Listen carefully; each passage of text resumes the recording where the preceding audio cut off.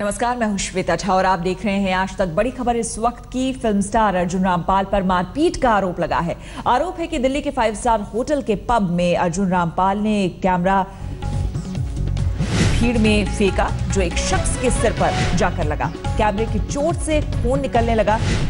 पीड़ित का आरोप है कि इसकी वजह जानने की कोशिश की तो बाउंसर ने पब से बाहर फेंक दिया। पीड़ित का आरोप है कि अर्जुन रामपाल पब में डीजे प्ले कर रहे थे। पुलिस ने पीड़ित की शिकायत दर्ज कर ली है।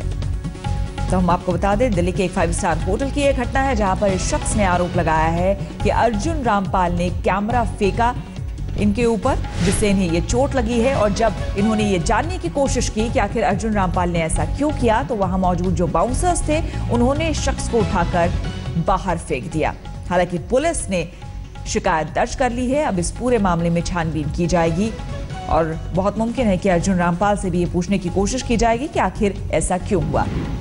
डीजे प्ले कर रहे थे अर्जुन रामपाल एक 5 स्टार होटल में जहां ये शख्स मौजूद थे और वहां पर बताया जा रहा है, खबरें ये भी आ रही है सूत्रों के हवाले से कि फोटो खींची जा रही थी अर्जुन रामपाल की जिससे वो भड़क गए थे। पूरा मामला क्या है इसे लेकर आज तक संवाददाता पुनीत शर्मा ने की पीड़ित शोभित से बातचीत।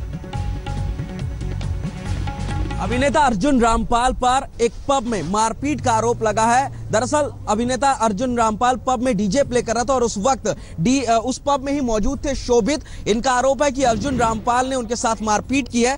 शोभित, आखिर क्या हुआ था उस वक्त? किस तरीके से अर्जुन रामपाल ने आपके साथ मारपीट की? कल रात को हम पार्टी करने गए थे, फ्रेंड्स हम साथ थे और हम डांस फ्लोर पे ही थे और अर्जुन रामपाल जो सेलिब्रिटी है वो डीजे प्ले वहाँ पे कर रहे थे और अचानक उन्होंने कैमरा उठाया और नीचे ऑडियंस में थ्रो करा उन्होंने, वो जाके मेरे सीधे सर पे लगा। उसके बाद क्या हुआ? आपका बहुत खून निकला, आपकी चोट लगी, उसके बाद क्या हुआ? मैं जब 5-10 मिनट के बाद मैंने संभला वहाँ पे, तो मैंने उनसे पूछा, वहाँ पे मैं बात करने की कोशिश करता तो बाउंसर ने मेरे को पीछे कर दिया और बात नहीं करने दी। फिर मैंने पुलिस पे कंप्लेन करी, उसी टाइम वहाँ पे कंप्लेन करी है, पर मेरी उस कंप्लेन का अभी तक कोई रिजल्ट नहीं निकला, अभी तक कोई हल नहीं निकला उस चीज का। क्या बाउंसर्स ने भी आपके साथ मारपीट की और आपको पब से बाहर निकाल दिया जब उन्होंने करी? उन्होंने सबने बदतमीजी मेरे साथ करी, उन्होंने मेरे को पीछे हटा दिया और उस टाइम भी उन्होंने कोई एक्शन नहीं लिया। जबकि उनके क्लब में ये इंसिडेंट हुआ तो उन्होंने कोई एक्शन लिया, उन्होंने मेहमान को पीछे कर दिया। रामपाल, अब इस पूरे मामले में जांच हो रही है। फिलहाल रुक करेंगे अगली खबर का। मेरठ में बीजेपी नेता संजय त्यागी और उनके बेटे अंकित त्यागी ने कानून का जमकर मजाक बनाया। बाप बेटों ने मिलकर न सिर्फ पुलिस कर्मियों से बदतमीजी की बल्कि पुलिस से धक्का मुक्की की, वर्दी तक फाड़ दी। मगर क्यों? पूरी खबर देखिए। आप उस लड़के को ऐसे उठा रहे हैं, गाड़ी से निकाल, वो डकैत है, गुंडा। आप गाड़ी की तलाशी ले रहे हैं, वो अपराधी है। आप गाड़ी की तलाशी। सत्ता की सनक जब सर पर चढ़कर नाचती है तो कानून बेबसी के घूंट की कर रह जाता है, जैसे इन तस्वीरों में बेबस है पुलिसकर्मी।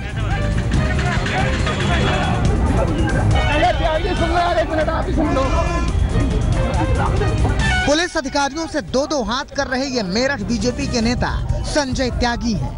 संजय त्यागी का बेटा पुलिस की गाड़ी में बैठा है और संजय त्यागी जबरदस्ती उसे गाड़ी से खींच लेना चाहते हैं। पुलिसकर्मी रोक रहे हैं मगर संजय त्यागी पर बीजेपी नेता होने का गुमान इस कदर है कि वो कानून की परवाह किए बगैर कभी वर्दी वाले की वर्दी खींच रहे हैं, कभी धक्का दे रहे हैं। याद रखना, ये धक्का मुक्की क्यों हुई ये कहानी बताएंगे आपको, मगर उससे पहले ये जान लीजिए कि बीजेपी नेता संजय त्यागी की गुंडागर्दी यही खत्म नहीं हुई। तस्वीरें देखिए। गाड़ी में बिठाकर संजय त्यागी के बेटे अंकित त्यागी को लेकर पुलिसकर्मी थाने पहुंचे। अभी लॉकअप में अंकित त्यागी पहुंचा ही था कि संजय त्यागी अपने समर्थकों के साथ यहां पहुंचे। एक बार फिर उन्होंने थाने को जंग का मैदान बना दिया।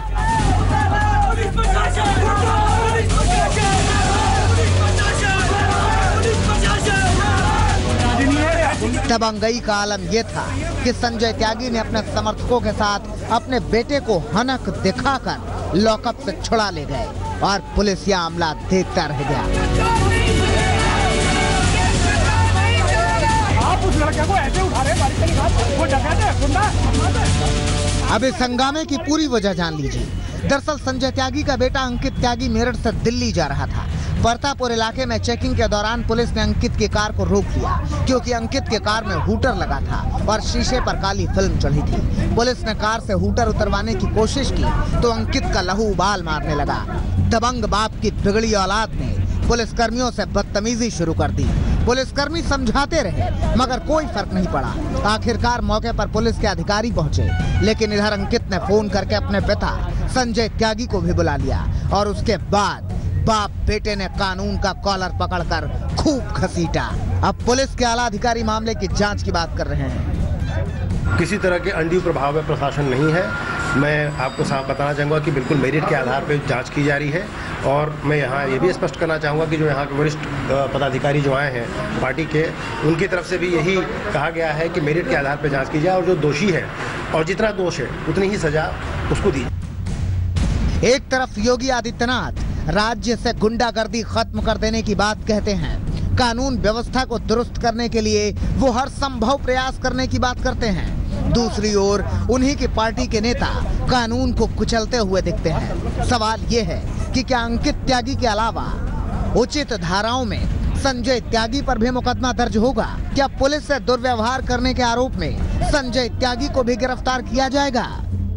उस्मान चौधरी, मेरठ, आज तक।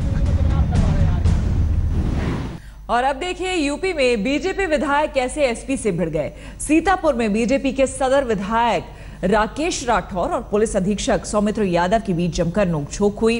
दोनों ने अपने अपने तरीकों से एक दूसरे को नसीहत भी दी। ये पूछ रहा मर्डर हो रहे हैं सर, आप करो, मैं कर क्या सकता हूँ मर्डर में? अरे आप ये मर्डर में नहीं कर सकते, मर्डर में नहीं कर सकते, मर्डर के बाद कर सकते हो। एक साहब तो वर्दी में है और पुलिस के आला अफसर हैं। इनका पूरा तारुफ भी हम कराए देते हैं।